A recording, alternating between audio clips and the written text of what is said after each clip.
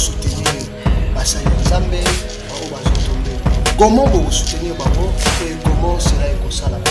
Merci beaucoup. Vision Ezali, nous avons une vision de soutenir les hommes de Dieu par la prière.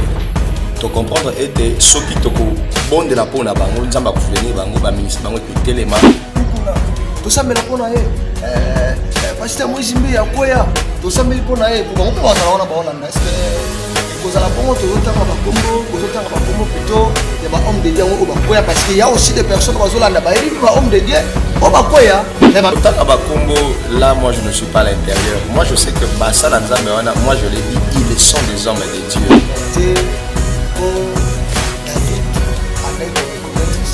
Gaz au gaz salé ma paix, à reconnaître les cas d'homme, Dieu a sa oué de Dieu, il y a beau petit, tu reconnaître mon cas bon, tu es à pour la personne, pour nous t'appuyer, nous avons la non c'est clair, c'est bien clair que pasteur c'est un faux, ça c'est un zambeté. Mais est-ce que ça va pour la reconnaissance à David envers Saül ou comment? Voilà, merci vous avez belé vraiment partout dans le monde, Angola, Brazzaville, Istanbul, Liverpool, Canada, Amérique, partout boza. Et vous avez une spécialité par le OEA, mais ça n'a vraiment pour la spécialité nabino. Oh lelo, toujours betali solo penza, toujours dans Mosali Nzambe auto yambié. Mais avant tout, on va se présenter et puis nabino bato bozo la naboy banan OEA zali bote Mosali Nzambe. Mbote papa journaliste. Vraiment, est-ce que vous pouvez se présenter dans la bande de Bazola et puis avant d'entrer comme un message, se présenter dans la bande de Bazola. Merci beaucoup. Comme on a apôtre Iko Makwisa, Nazali Moka serviteur, Nakati na église locale puissant ardent, où Izali Nakati na 37e communauté des assemblées de Dieu KDC, où Kambami na révérend pasteur Jérémy Motondo Nzimba. Voilà, merci apôtre. Et bandeko tant balandarayo, tout temps bamona rayo, bamona déjà que nous avons un message. C'est que baza sûr et certain qu'il y a un message au même bango. Et c'est quoi le message? Merci beaucoup. Message auto nango lelo oyo ezali comment des héros sont-ils tombés? Ndenge nini bingambe bakoisami. Voilà. Et ils ont un message moko ya makashi bandeko dawa vandi bazolanda bayoki message wana. Comment les héros sont-ils tombés? Maintenant, pourquoi toi, Olingo Lobela Nini na message wana ya comment les héros sont-ils tombés? Ok, comment des héros sont-ils tombés? Nelo Kaliboso d'abord c'est moko ya extrait ya Bible où ils ont mis na mokanda na 2 Samuel chapitre 1 verset 27. Ezali moko ya ba question oyo roi David azali ko se poser mokolo oyo ba yela ki e message et roi Saül na Jonathan bakoyaki bakufaki na kati ya pendant la guerre et tango mutu oyo yela ki e message wana était Saül na Jonathan bakufi. C'est alors que le roi David na sima ko se plaindre na sima ko se lamenter, il se dira comment des héros sont-ils tombés? Asomi tuna ndeni bingambe o ezali Saül pe Jonathan ba komi na dimension ya kokoya na kata champ bataille pour que bakufa. C'est un peu ça la plus grande question où David a mis Tunaki. Voilà, on a la message de Mosali Nzambe. Vous voulez ni la message de David. Est-ce que vous raisonnez seulement l'histoire de la Bible? Au moni et loko moko, to moni ba héros moko, au ba poinde kanisisio ya obete sur David. Ok, vous savez, Dieu nous parle par rapport aux circonstances, par rapport à ce qui se passe, même si en regardant comment les choses sont en train de marcher, c'est-à-dire évoluer, surtout par rapport à l'œuvre de Dieu, nous sommes en train de constater que la mingi na scène ecclésiastique et pas une abassale dans bateau qui est élevé en dignité, bateau bazana le tomo onzamba pesa ki bango. Bazali lelo oyo na période ya crise, ya passe ya minyoko mingi oyo esali même que batebele ba yina nzambe ndenge bazolo ba ete basala nzambe belé ba yinisi bato même nzambe nde yango wana tomituni on se dit pourquoi les héros soit comment les héros sont-ils tombés. Héros wana c'est un homme de Dieu, c'est une personne qui a reçu la grâce de Dieu, qui a le mandat de Dieu, mais suite ya ba circonstances oyo ekomi na vie nde héros wana akoyi sikoyo na place que biso to banda ko finga pe bango to banda pe ko critiquer bango. Nous posons la question que comment Esali était bakoyi sam. C'est que il faut d'abord comprendre était un homme de Dieu celui qui est appelé par Dieu, mandaté par Dieu, à s'occuper de Namabe, à s'occuper de Kota Loge, à s'occuper de Simba Bakisi, à s'occuper de commettre adultère, impudicité. Né local à Salon, Samson par exemple, un homme ouin, un vaillant, un soldat, quand il s'est levé, il s'est présenté, vous sentez qu'il y avait de très grandes réalisations. Mais Samson, une femme a réussi à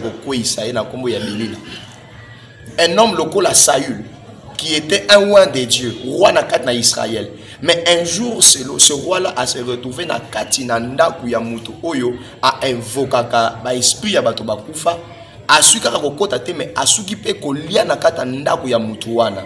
C'est que une personne qui est élevée en dignité, appelée par Dieu, a kokipé kokwe isama.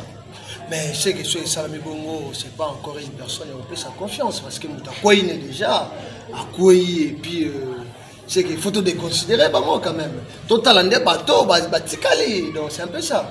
Pour même Roi Salomon a dit que non, ce qui manque ne peut pas être compté quand même. Donc c'est que tant déjà Sali Bongo, tu es écarté directement. Maintenant, c'est que tu n'as même pas le droit de regretter pour la bango, pour la baby ici.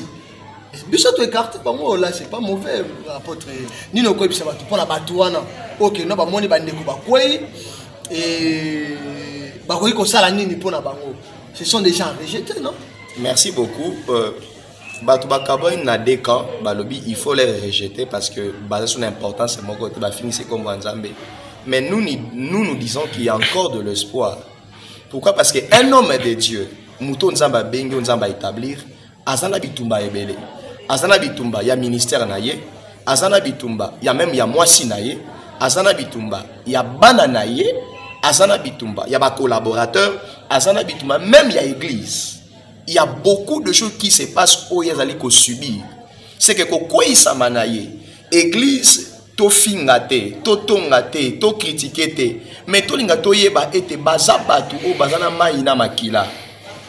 L'apôtre Pierre, oyo lelo oyo a simba fongo la ecclesia. Dans Matthieu chapitre 16, apôtre Pierre a révélé combo ya Nzambe. Pe bandaki ke ba kopese fongo la église. Mais dans le même chapitre, il y a Matthieu 16, la même personne qui a agi bien, c'est la même personne qui dira à Jésus que Jésus comprit à Yébissi était arrière de moi Satan. Parce qu'il avait compris que ce n'était pas l'Esprit de Dieu qui était en train de l'animer. C'est qu'un homme de Dieu peut aussi être envoûté. À cause de la paix envoûtée, maintenant c'est notre responsabilité. Donc nous disons ceci. Un héros peut tomber. Frère Oya Pela na bonzambe. Lobby akokipe kokwe isama. Pasteur Oya Sala Kombo aza renommé. Akokipe kokwe isama. Maintenant na ngambo na biso, nous sommes une génération où tozo lingato comprendre muto atombwami ndenge na koisami pe ba oyo batikali. Comment on peut faire pour que ba telema pe mutu oya koisami wana? Comment on peut faire pour que na lo sambo na biso to récupérer? L'apôtre Pierre a zoné la pêche. Mais Yesu tango a sekui, Pierre a landi, Yesu a landi Pierre na pêche a récupéré parce qu'il avait une sémence de Dieu. Tu rejeté bangote, mais on peut faire quelque chose pour que tu récupères bango.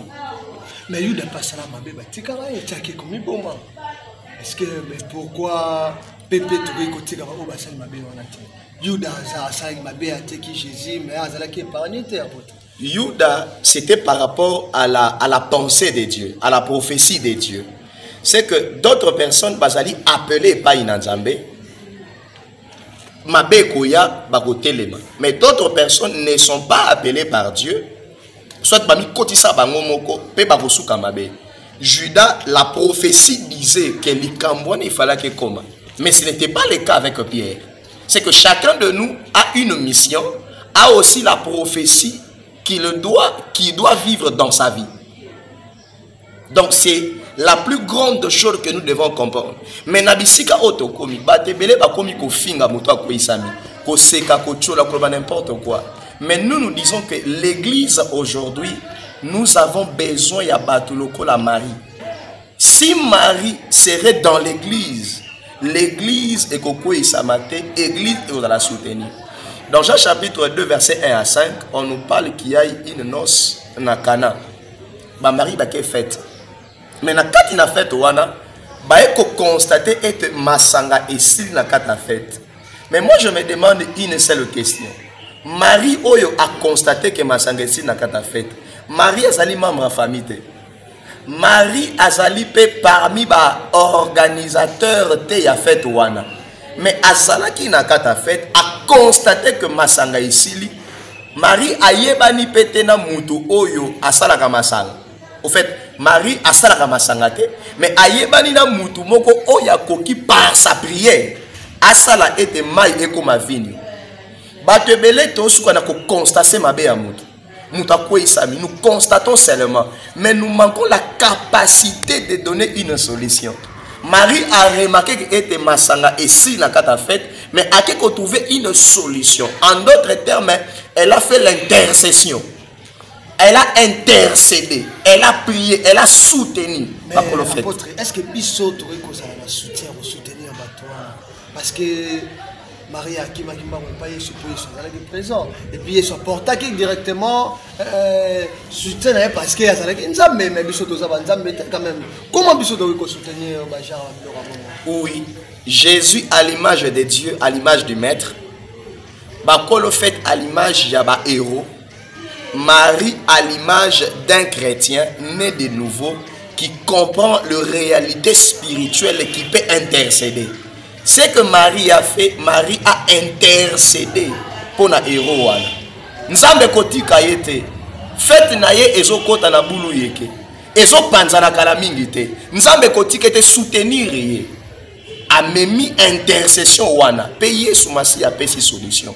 Aujourd'hui là où nous sommes, si l'église écolata esprit à Marie, priez pour les hommes de Dieu. Il y a beaucoup des hommes de Dieu aujourd'hui, Moussala Obasali, et Belé Bakoti Kanape Kosala Ngote, à moins que Nzamba Sala Bangongolo, mais Bakwe Isami, Ngana Gofinga Bangote, et un homme de Dieu qui passe dans la chaîne de télévision pour critiquer un autre roi qui est tombé, je dis qu'il est ignorant, il n'est pas appelé. Il faut à tellement, à soutenir, à bon de la peau naïe. Parce que Bazali n'a champ à bataille. Combien de hommes au Bazali ko déstabiliser l'église, ko déstabiliser Basali ensemble. Mais Marie a Zawapi. Nous avons besoin de Marie. Marie a tellement, abonde-la pour les hommes de Dieu, abonde-la pour un frère en Christ, abonde-la pour une sœur en Christ qui est zélée, qui a commencé l'œuvre de Dieu. Mais suite au combat, aux réalités spirituelles, il y a ma réclamation. Mais la prière d'une personne et koki ko zongi sa mutuana oya koma ki prêt à pengwa oya koma ki prêt à tika nzambe, mais l'intercession là et qu'on ramène ye na kat na droit chemin à continuer musala nzambe. La moisson est grande, il y a peu d'ouvriers totalement. C'est ça la plus grande responsabilité. Vraiment un bon message na bandeko bola na ba misana asima pasteur mabe mukuna bakangi eta ba pasteur okoto lo bagingani alo bagege asala songolo pakala et asali boy ba pasteur bazali susu bien te l'église na bato yo kombo ya ba frère na ba pasteur et c'est bima bango surtout tozo bana poto bazola na biso bango penza. Bon, n'habite que pote ça me l'a raté, oui, bah n'importe quoi ça me l'a bien sûr, mais bah tout ce comment on a dégoût, on a déconsidération à ça dans la vie, et ma rambo bah mon appel à Bino. Un bon message pour d'abord voilà. Merci beaucoup. Ce qu'il faut d'abord noter, je ne suis même pas membre à Cité Bethel, même pas membre à ACK, et Nazali membre Naté, mais je l'ai dit au effort, l'évêque Pascal Mukuna est un homme de Dieu. Il mourra avec sa dignité sacerdotale. La prison. Pas importe que l'histoire soit vraie ou fausse, ce que moi je reconnais et ce que je peux exhorter aux gens, c'est un homme de Dieu, il est un oint de Dieu, il demeurera un homme de Dieu. Pas importe ce qui s'est passé, que l'histoire est à la soloto à l'okuta, il n'y a que Dieu qui connaît la véracité de Makambouana. Église, je vais vous exhorter, apprenons à respecter les hommes de Dieu. Azam Moussali Nzambe. To soutenir, to bon de la ponaye, c'est ça qui est plus important.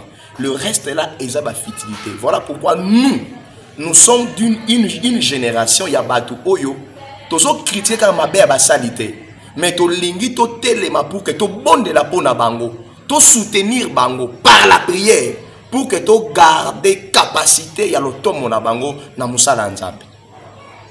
Voilà vision ni oyo tokoza nango na message oyo pesi que non vous avez un message plutôt pour ces années que nous soutenir basali nzambe au bazo tomber.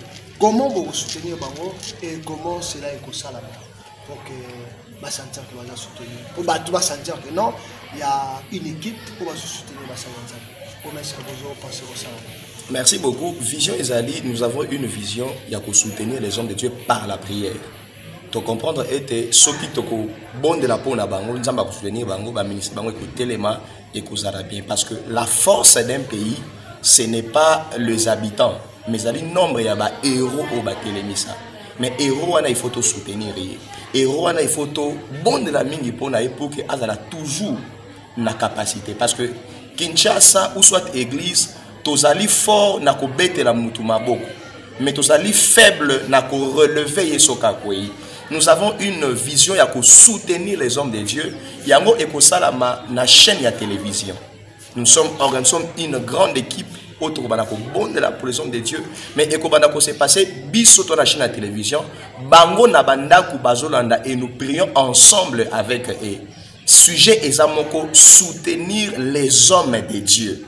Ba ministère na bango, ba vie na bango, to bon de la peau na bango, to soutenir bango. C'est ça la plus grande vision que nous avons. Et eko salama na bato ba ko soutenir biso. Ce qui muta komona était il est prêt à foutre la biso même passation na chaîne moka télévision. Ce qui mutu même à la télévision le bien était espace ezalina pesabino boleka.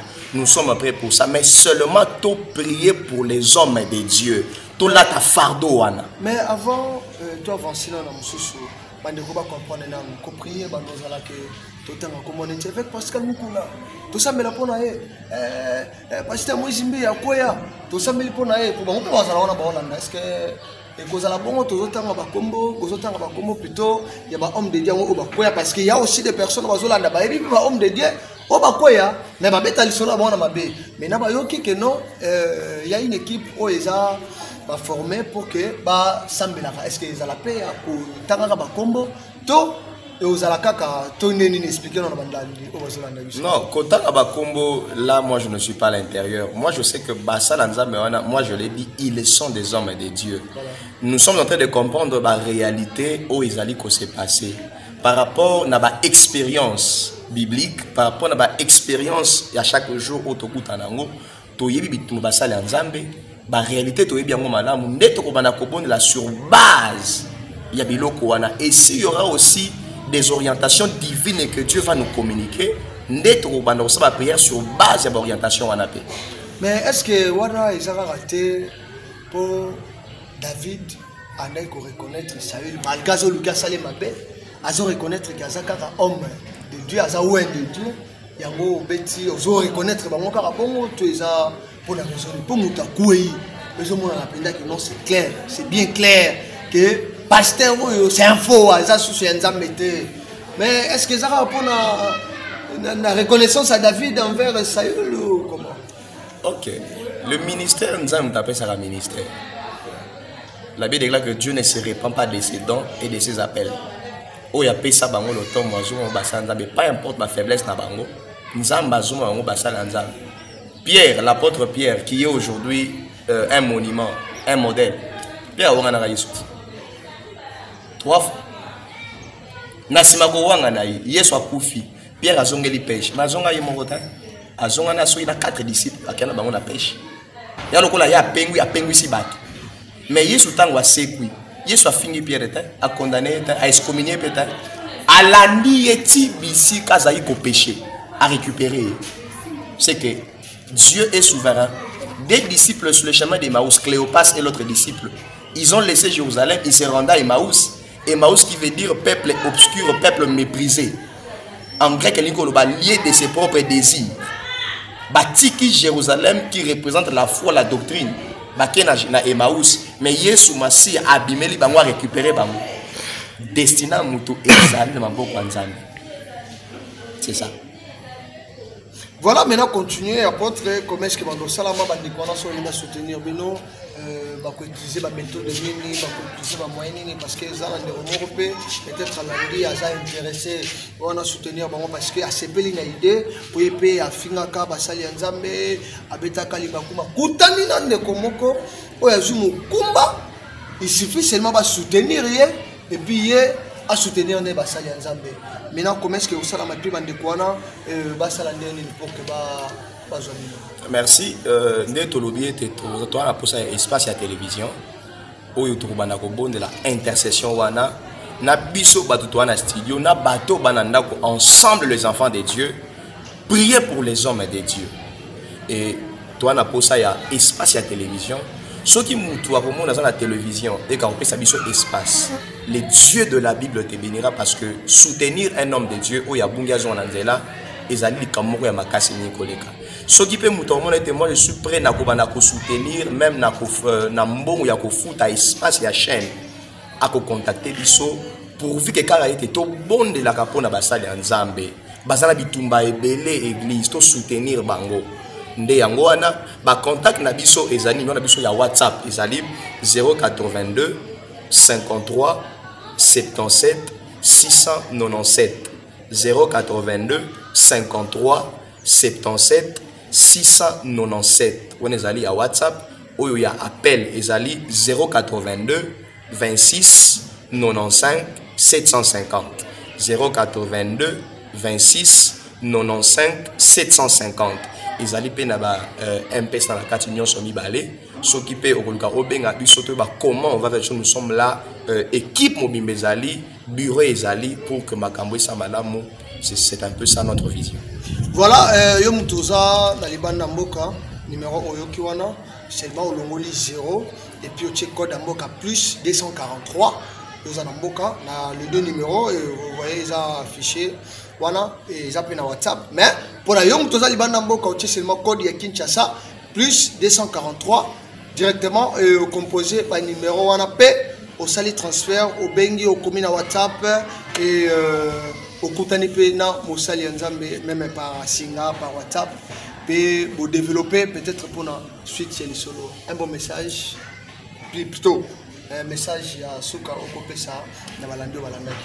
Merci beaucoup. Message à Souka Zali était église. Tout à l'heure, je vais prier même pour Nabato, au Loba Mabia Moussalanzambe, au Finga, au Mona Vidéo, au Loba n'importe quoi. Tout à l'heure, là, je vais prier pour vous. Je sais que Dieu vous fera grâce. Mais je vous prie de soutenir cette œuvre.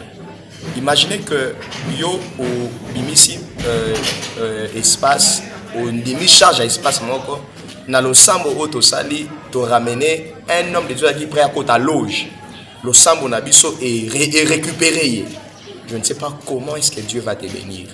Tout soutenir Moussala Oyo, Ozala Moutounion, Souzali à l'étranger, en France. Déjà en France, c'est la sœur Olga qui est déjà prêt pour ce travail. Dans les États-Unis, nous avons notre frère qui est Neskens Maungu. Dans le monde entier, pour soutenir cette grande vision, tout ça, la Moussala Oyo, tout soutenir les gens de Dieu par la prière. Et je vais prier pour vous, Dieu Wana. Père éternel, je te prie, je demande ta grâce ainsi que ta faveur sur toute personne. Oya loba mabemoko likona Moussala Nzambe. Oya finga, oya loba, oya critica, oya zoa même vidéo, oya tchaba commentaire et belen Nzambe. Yoke la bango mawa. Je prie que ta main de grâce, ta main de compassion et se reposer l'ikolo à moko na moko. Ko tangue la bango mabungate. Basaki na inconscience na ignorance nzambe. Yoke la bango mawa. Sala bango grâce. Bazonga na droit chemin. Yonde mutobenga ka basali nzambe. Oyebi via moko na moko na kombo na Yesu. Tous les hommes de Dieu ba ope ba bungi nzela, ba ope ba za pre ba bunga nzela. Simba bango nzambe na ngai. Récupérer bango bazonga na droit chemin. Kanisa nzambe na ngai. Ata côté ya moko bateya, ata suivi moko basalaka, ata prière moko basalaka pour na fidèle moko. Oyanga bunga nzela zonga na droit chemin. O se souvenir na bango, o récupérer bango na kat na œuvre na yo, na kombo na Yesu Masia. Au nom puissant de Jésus. Bénis tous ceux qui vont soutenir cette œuvre. Nzambe Nanguya, Bazala béni, au récompenser Bango. Au nom puissant de Jésus Nazareth. On va ainsi prier. Amen. Amen. Voilà, amen, amen, amen, amen, amen, amen. Wanezalaki bongo. L'apôtre Iko Makwissa de la 37e communauté des ensemblés de Dieu de l'église locale Buisson Ardent auto développé na penza sujet on a dit que vous êtes belé bana poto pour la ndiango wana zomona na Liverpool, hein, na Angleterre na Liverpool na zomona penza. Mon vieux Willy Mwamba MB Cardozo yependa mulani monene ya magazine pi MB na yomona susu na Istanbul babi masa na moko ya Istanbul balobi Marcelo Men, c'est le Men Pembi, yependa kuna mulani monene ya magazine pi na mulunga ni nae mantimba na pesino ba mbotebele. Est-ce que apôtre repose na moi ni bale misato. Ok, merci beaucoup. Je salue la grande famille Buisson Ardent. Que Dieu vous bénisse abondamment. Nous allons soutenir Bino, appeler Sabino Makasi à continuer. Makati na œuvre à 7 ans de la fin. Que Dieu n'a pas si mingi à mon père spirituel, le révérend pasteur Jérémy Motondo Nzimba. Mon père, que Dieu vous bénisse, que Dieu vous comble, que Dieu continue à vous utiliser à 7 ans de la fin. Et aussi, merci beaucoup. Je salue aussi ma fiancée, maman apôtre Esther Yango Bolingo. Que Dieu te bénisse, que Dieu te comble, que Dieu continue à t'élever à la taille du ministère de ton mari, ton époux. Merci beaucoup. Voilà, et voilà, vous m'avez dit à l'objet moi belé pour, voilà, vous voyez bien, donc ma apôtre, on a pêché ou à monter place sur la littérature, il banga 18 ans. Attends, il y a révérend pasteur Jérémy Motondo Nzimba, il y a moi virgule, mais il y a point. Au banglais, il dash. Donc, merci, wana, vous avez vraiment ébélé à Hollande. Biso, n'a pas si, Nassima caméra, wana, tout le monde qui, Esaïe Madiumba, M2B, il y a Nassima caméra, puis la montage. Anel Kakani qui n'est pas à Simba qui les sous. Deuxième caméra, quand on a qui mange vraiment qui tourne c'est Rosmi Mohamed. Moi, c'est un moi, c'est charge. Et avec une assistance, voilà. Et la personne qui Soki, Nzambe, Azoni Nanote, Tomonani, Namiko, les Alikoya. Ciao.